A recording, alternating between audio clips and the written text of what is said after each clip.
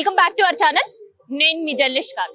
ఇక ఇవాళ సంగం ఆలయం దగ్గరకు మనం వచ్చేసినాం. ఇది లంగర్ హౌస్ దగ్గర ఉంది. సో ఇన్ జనరల్ గా మనం రామయ్యని చూడాలి అంటే మహారాజుగా ఆభరణాలతో చూస్తాం, లేదు వనవాసానికి వెళ్లే టైంలో చూస్తుంటే ఒక రుద్రాక్షలు తప్ప ఇంకేమి కూడా ఉండే రామయ్య. కానీ ఇప్పుడు మనం ఇక్కడ దర్శించుకునే రామయ్యకి కోర మీసాలతో దర్శనమిస్తుంటాడు. సో ప్రపంచంలోనే ఏకైక ఆలయం అన్నమాట ఇది. ఏకంగా రామయ్యనే వచ్చి భక్తులకు దర్శనం ఇవ్వడం అండ్ కోర మీసాలతో భక్తులకు దర్శనం ఇవ్వడం. సో ఈ ఆలయం ప్రత్యేకత ఏంటంటే అప్పుల నుంచి విముక్తి చేస్తుంటాడు. తానిషా కూడా ఇక్కడ నుంచే స్వామివారు దర్శనం ఇచ్చి అండ్ ఖజానా చెల్లించి, ఖజానా నుంచి డబ్బులు చెల్లించి ఆయనని బయటికి తీసుకొని వచ్చిండ్రు అని ఒక ప్రతీతి. అండ్ ఆయన ఆనవాళ్ళు కూడా ఈ గుళ్ళు ఎన్నో ఉన్నాయి. ఇక ఒకసారి మనం కూడా కోర మీసాలతో దర్శనం ఇచ్చే రామయ్యని దర్శనం చేసుకుందాం. సో రామయ్య ఆనవాళ్ళు ఏమేమి ఉన్నాయి ఈ గుళ్ళు అనేది కూడా ఒకసారి వెళ్ళి చూసే ప్రయత్నం చేద్దాం. అండ్ మీకు కూడా రామయ్య దర్శనం చేయిస్తా పదండి. సో అయోధ్యతో రామయ్యకి ఎంత సంబంధం ఉందో అట్లనే హైదరాబాద్ తో ఇక్కడుండే మఠంతో కూడా అంతకంటే ఎక్కువ సంబంధమే ఉంది. సో ఈ మాట నేను ఎందుకు చెప్తున్నానంటే, సో అప్పట్లో ఇది ఒక మఠం అన్నమాట. మఠంలో ఒక మహర్షి ఇక్కడ తపస్సు చేస్తూ ఉండేటోళ్ళు. సో ఆ మహర్షికి రామయ్య దర్శనం ఇవ్వడం అండ్ అదే సమయంలో తానీషా దగ్గరికి వెళ్ళి అక్కడ ఖజానా ఇచ్చి భక్త రామదాసును విడిపియడం, ఇవన్నీ ఘటనలు ఇక్కడే జరిగినాయి అనమాట. సో అందుకని నేను చెప్తున్నా, హైదరాబాద్ తో కూడా రామయ్యకు అనుబంధం ఉంది. హైదరాబాద్ లో కూడా రామయ్య ఆనవాళ్ళు ఉన్నాయని. సో ఆనవాళ్ళు ఉన్నాయని నేను చెప్పుడే కాదు, ఇగో ఇక్కడ మనం చూస్తే ఇది అర్థమవుతుంది. నీళ్ళల్లో తేలాడే రాయి. సో ఇది వరంగల్ ఆలయంలో ఉంటది ఒక రాయి. ఆ తర్వాత ఇంకేంటన్నా ఉంది అని అంటే అది హైదరాబాద్ సంగం ఆలయంలోనే ఉంటది అనమాట. సో రామయ్య వచ్చిండ్రు అని గుర్తుగా ఒక రాయిని అట్లా నీళ్ళల్లో వదిలేసి వెళ్ళిందంట. సో అది నీళ్ళలో తేలాడే రాయిగా అప్పటి నుంచి ఇప్పటి వరకు కూడా ఈ గుడిలో అట్లనే ఉంది. సో అందుకనే ఆ రాయిని గుర్తుగా ఉంచాలి అని చెప్పేసి దీనికి ఒక గ్రిల్ వేసి తాళం వేసి పెట్టింది అనమాట. సో అందులో ట్యాంక్ లో వాటర్ ఫిల్ చేసి పెడుతుంటారు. సో రామయ్య ఆనవాళ్ళు చూసినాం కదా, ఇంకెందుకు ఆలస్యం, రామయ్య దర్శనం కూడా చేసుకోవడానికి వెళ్ళిపోదాం. ఇక తొలుత ఇక్కడ ముందుగా రామయ్య ఆలయం మాత్రమే ఉంది. ఆ తర్వాత ఒక ఆలయ సమూహంగా మారిందనమాట. ఒక మఠం కాస్త ఆలయ సమూహంగా మారింది. సో ప్రతి నిత్యం ఏదో ఒక పూజలు జరుగుతూనే ఉంటాయి. సో ఆ ఊళ్ళో ఏమేమి ఉన్నాయి తర్వాత దర్శనం చేసుకుందాం. ఫస్ట్ అయితే రామయ్య దర్శనానికి వచ్చేసినాం కదా, కోర మీసాలతో ఉండే ఆ రామయ్యని దర్శనం చేసుకోవడానికి వెళ్ళిపోదాం.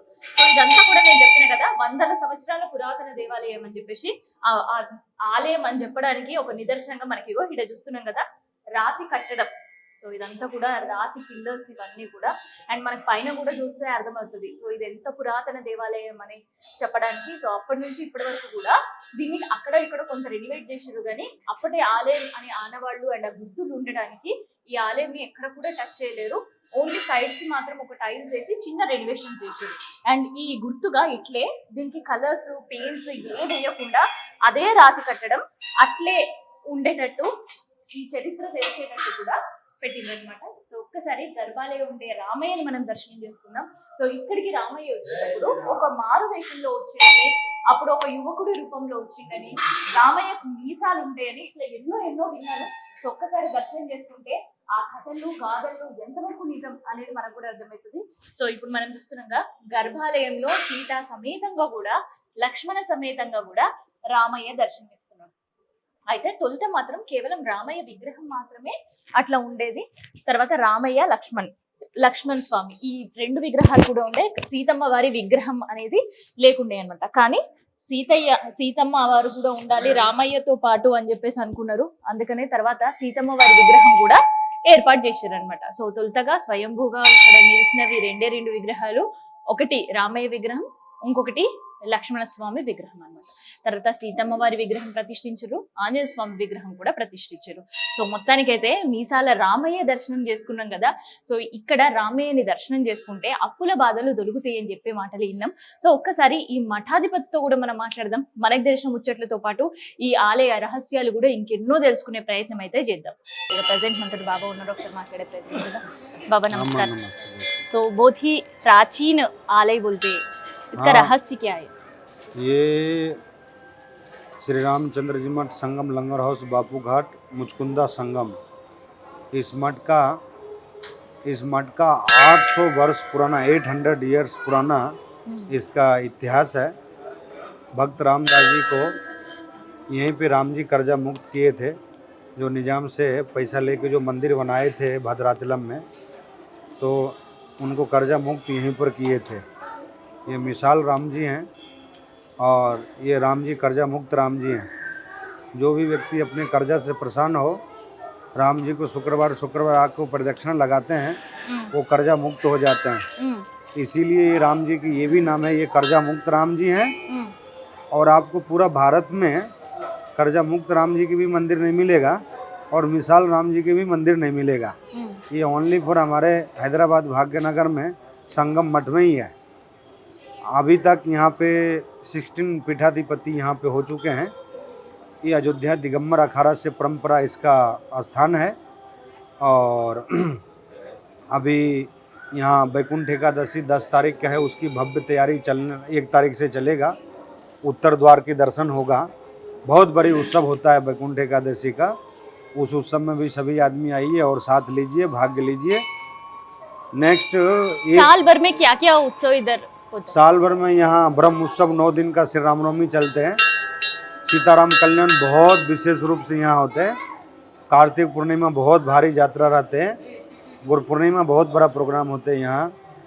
और वैकुंठ एकादशी बहुत अच्छा प्रोग्राम होते हैं। शिवरात्रि प्रोग्राम होते हैं, हनुमान जयंती होते हैं, विनायक चतुर्थी होते हैं, जन्माष्टमी होते हैं, वरलक्ष्मी पूजा होते हैं। बहुत विशेष प्रोग्राम इस मठ में, बहुत अच्छे प्रोग्राम होते हैं यहाँ पे। आप बोलते वक्त मुचकुंदा नदी के बारे में एक वर्ड बताए थे। हाँ, मुचकुंदा नदी का विशेष ये है, पूरा भारत में बहुत सारे नदियाँ हैं, लेकिन भारत में तीसरी नदी ऐसा है जो सूर्य भगवान का विपरीत चलता है। बाकी सब नदी सूर्य भगवान के विपरीत चलते हैं। पूरब से ये पश्चिम से पूरब की ओर चलने वाले बहुत सारे नदी है, लेकिन ये नदी जो है पश्चिम से पूरब की ओर चलता है। मुचकुंदा नदी, गोदावरी और सरजू, ये तीनों नदी भारत में ऐसा है। इस नदी का विशेष भी बहुत है। यहाँ अस्थि जो डालते हैं वो 75% स्टोन में कन्वर्ट हो जाते हैं, 25% हड्डी में कन्वर्ट रहते हैं। आज भी ये नदी का प्रमाण है। बहुत सारे बड़े बड़े लोग के आके यहाँ अस्थि विसर्जन करते हैं।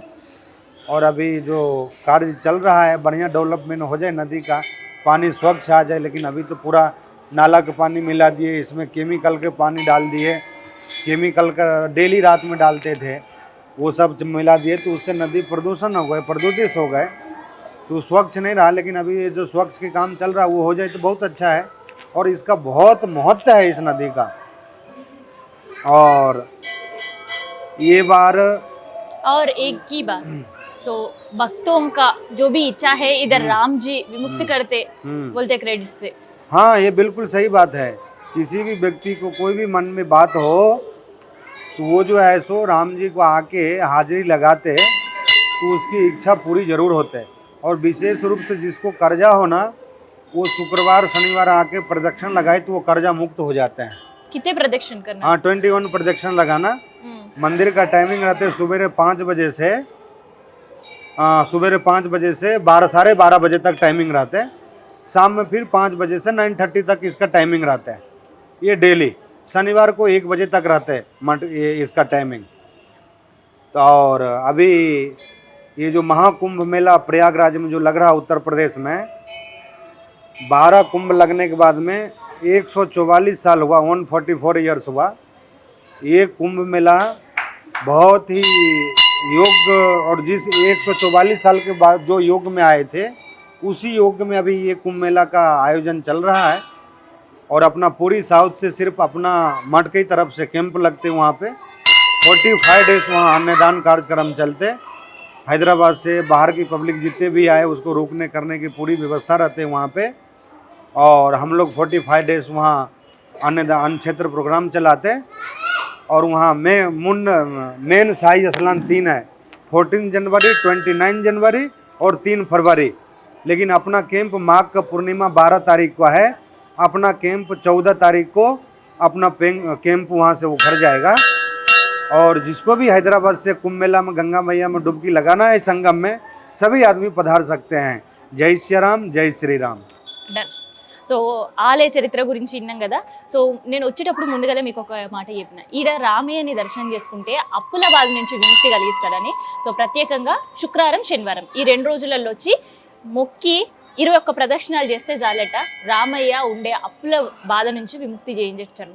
సో అది ఇయ్యాల ఇక్కడ ఉండే బాబా చెప్పుడు కాదు. సో తొలుత 800 ఇయర్స్ 800 సంవత్సరాల ఉండే వెనకలకు మనం పోతే కూడా అట్లే గోల్కొండ కిలాలో ఉండే రామదాసుని విముక్తి పరచడానికి కూడా రామయ్య ఈడికెళ్ళి వచ్చినాను.